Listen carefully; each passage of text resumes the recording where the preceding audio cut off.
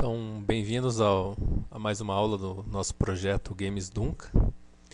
Vai ser nossa segunda aula. Hoje a gente vai ver como é que pode ser feito um jogo de labirinto, tá? Aqui tem um exemplo do jogo, tá? As paredes aqui que a gente vai usar são representados pelos número 1. A nossa pessoa aqui, o objeto que a gente vai mover é a arroba, e o caminho a percorrer vai ser o espaço vazio, tá? Quando a arroba chegar até esse ponto, o jogo acaba. Então é um jogo simples. Aí eu estou movimentando a arroba. Então ela vai andando até eu achar a saída, tá? Não, aqui é um jogo bem simples, não tem pontuação, não tem limite de tempo, quanto tempo você vai demorar para chegar até o labirinto. É mais para mostrar essa propriedade que a gente viu na primeira aula, né? De parede e como se faz a movimentação de um personagem. Então aqui ele chegou, emite uma mensagem: parabéns, você conseguiu escapar. Tá? Até que está errado aqui. Vamos ver o código, como é que a gente faz. Então aqui, game do labirinto. As bibliotecas. Aqui eu usei um comando define. O que vai acontecer? As setas do teclado, elas têm um valor na tabela ASCII. Tá? Então a seta acima tem valor 72, abaixo 80, direita 77, esquerda 75. Então estou usando um define pelo seguinte: não é necessário fazer esse comando, mas para deixar mais claro o teu código. O que significa o define acima 72? Então, toda vez que aparecer a palavra acima, ele vai retornar um valor 72.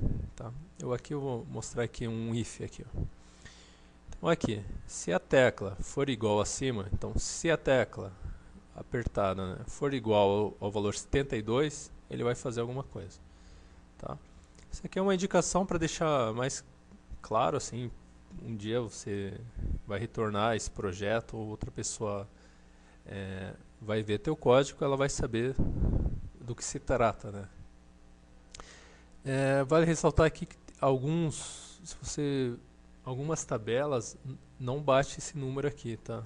Ou até o código diferente, você pega outra linguagem de programação, esse código pode ser diferente, tá? Então, testem, vê se outros números ali, porque pode dar algum erro ou incompatibilidade.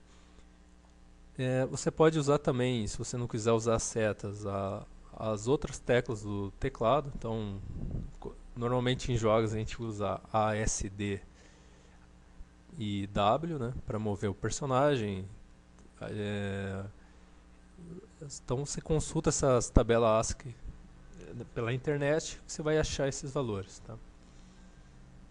Então, nosso programa tem eu coloquei só em uma função, tá? Uma função só, o nosso programa está na função principal. Criei aqui 4 variáveis, mn e ij. O ij vai ser pelo meu contador. O mn vai representar a minha matriz, né? Que é a minha matriz onde que tá desenhado o labirinto. Tá? O m seria o número de linhas, o n o número de colunas. Tá? Quem está estudando matriz aí no segundo grau, faculdade, eles usam essas letras aí para representar uma matriz. Tá? Criei também uma variável chamada tecla, tipo char, que é onde eu vou pressionar o acima, abaixo, direita e esquerda, e ele vai guardar nessa variável tecla. Aqui embaixo é o desenho do meu mapa do labirinto. Então eu criei uma matriz bidimensional chamada labirinto. Ela tem o tamanho 7 e 7 de 7 linhas, né, de 0 a 6, e colunas 16, então de 0 a 15. Então aqui eu fiz o desenho, então representando aqui a parede. Então é o meu número 1. A minha arroba vai começar na posição 1 da linha, né? Então meu M aqui vai ser 1 e o N vai ser 0, tá? E aqui esse termo aqui é onde é a saída. Então na posição 6 e 13, tá? A hora que chegar aqui o jogo acaba. Aqui um flush wall, já que eu estou usando tipo char para não dar nenhum problema com o jogo.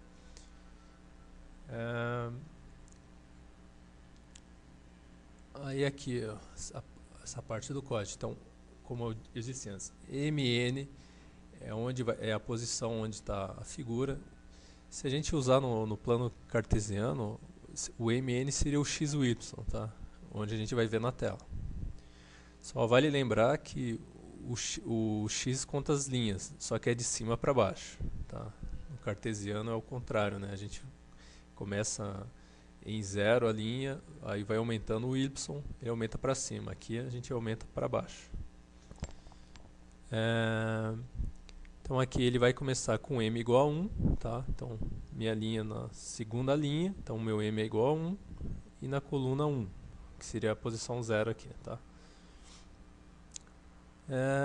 Então aqui eu fiz uma rotina onde só terminará o game quando eu encontrar a saída, tá? Então o game vai ficar rodando até encontrar a saída aqui.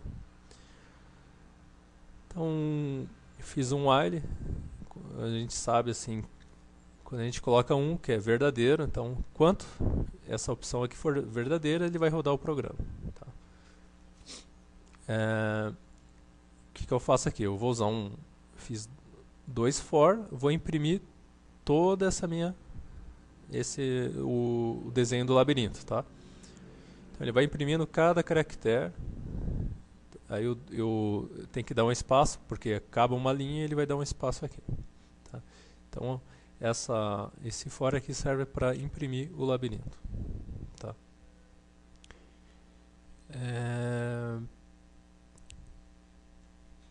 Então aqui, como eu fiz utilizando variáveis do tipo char, a cada comando do teclado precisa alterar o local novo e do antigo.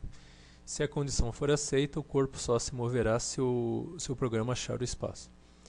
Então, vou só rodar de novo o programa. Então, o que significa assim? O método que eu usei para ele se mover é o seguinte. Ele começa na posição aqui. E se eu colocar para cima, ele vai fazer um cálculo. Tipo, aqui na posição 1, que é da linha, ele vai para a posição 0. Só que se esse número aqui for 1, ele vai voltar a essa posição. Então, na hora que eu imprimir, ele não vai se mover.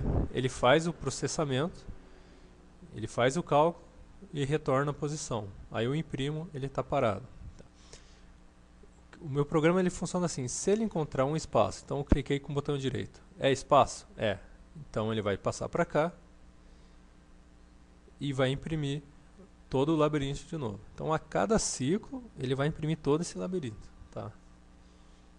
Não é uma imagem estática, tipo, eu deixar todo onde aparece o 1, ele não vai ficar fixo. Toda vez eu tenho que reimprimir na tela assim, todo o mapa, tá? Então ele vai fazendo isso até se as condições forem aceitas. Então venho para essa posição. Se ele colocar para cima, ele vai calcular para 1, só que ele vai ver que se é uma letra 1, ele vai retornar para cá.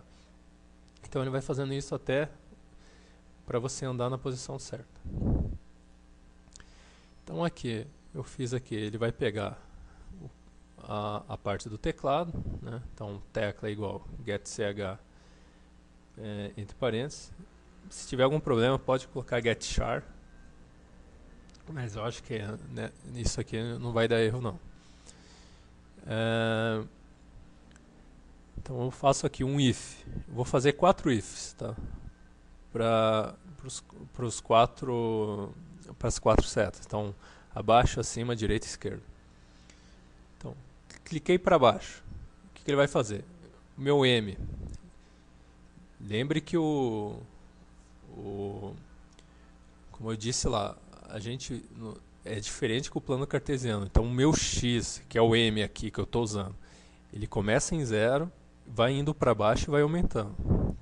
Então cliquei para baixo, o que ele vai fazer? Ele vai pegar a posição que ele está, no caso ali ele começa na posição 1. Tá? Se eu cliquei para baixo, ele vai somar, então ele vai para a posição 2, que seria a minha terceira linha. Aí eu vou fazer aqui.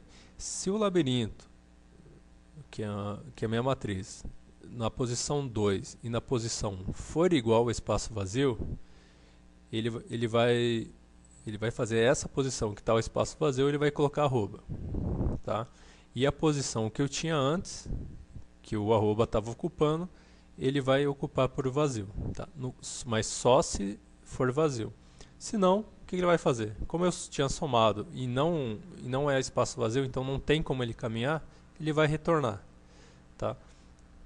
Só que como eu não estou imprimindo isso, é como se nada tivesse acontecido. Eu faço o cálculo primeiro, ele vai conferir se aonde, que é a posição que ele está agora, se é um espaço vazio, se não, se for, ele vai colocar o arroba e o espaço que ele estava antes, ele vai colocar um espaço vazio. Se não, ele não faz nada. Ele simplesmente volta, ele fica na mesma posição. Tá? Os outros a mesma coisa, acima.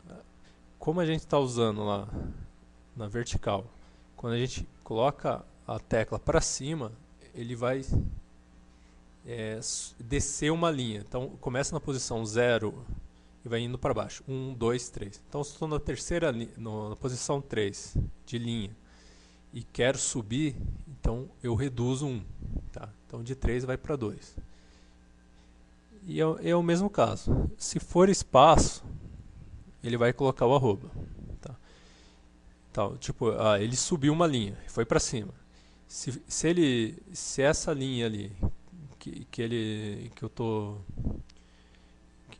foi clicado ali para cima, se for um vazio, ele vai colocar nesse espaço vazio, ele vai trocar. De vez de vazio, ele vai colocar arroba. Tá? E na posição anterior, ele vai colocar o vazio. Tá? Porque eu vou fazer uma troca, né? Eu faz de conta, estou na posição da linha 3 e da linha 2, quando eu cliquei em acima está vazio. Então, o que ele vai fazer? A posição da linha 2 vai ficar com arroba e a 3 que eu estava antes vai ficar com vazio. Tá? Para a direita e para a esquerda eu uso o N, tá? É o mesmo tipo de código, né? Então a gente vai, se for vazio, ele vai pôr arroba e o anterior ele vai colocar vazio, senão ele não faz, ele volta ao normal, tá? Fiz tudo isso, direita, esquerda, acima e abaixo. O que ele vai fazer? Se na posição 6 e 13 estiver arroba, então fiz tudo isso, o caractere se moveu até chegar aqui. Se ele estiver nessa posição, aí ele vai dar uma mensagem de erro. Então ele vai dar um break. Ó. Tá, ele vai sair desse while que eu estou na minha função principal. Então ele vai vir para cá. Então daqui ele sai para cá. Parabéns, você conseguiu escapar. Se não, o que ele vai fazer? Ele vai acabar aqui embaixo. Ele vai imprimir todo o labirinto de novo. Tá? Ele imprime tudo aqui de novo e volta lá em cima. Tá? Até aqui ele vai pedir tudo de novo e vai fazendo assim. Só ajeitar aqui para não... Então ele vai ficar repetindo esse while até eu chegar nesse break aqui, né? Até essa condição for aceita. Chegou aqui, ele sai. Dá mais um F9. Ó, eu estou colocando para cima aqui. Você está vendo ali que, não sei se dá para ver pela internet, mas fica piscando a tela aqui, tá? Até se eu movimentar o caractere, a tela pisca. Esse é um problema que a gente resolve assim com um problema chamado de buffer, assim, tá? Fica que o caractere fica piscando. Isso talvez mais para frente do curso, quando a gente usar uma API, né, que é um motor gráfico aí, a gente vai solucionar esse problema. Mas por enquanto na tela do DOS, assim, acho que não vale muito a pena a gente entrar nisso, tá? Que a gente chama de Dolby Buffalo. Tipo, evitar esse que fique piscando. Então, eu vou deixar esse código aí do programa é, na página do curso, que agora que eu criei lá no Facebook, tá? Lá tem tudo, as aulas do curso de programação, dos jogos, lista de exercícios, algumas informações aí do curso. Então, quem quiser e puder, curta, veja a página lá que vai ser interessante. O código eu vou deixar alguma descrição, algum link lá para vocês baixarem do, tanto da aula 1 e da aula 2 agora do curso de games, tá? Então, até a próxima aula.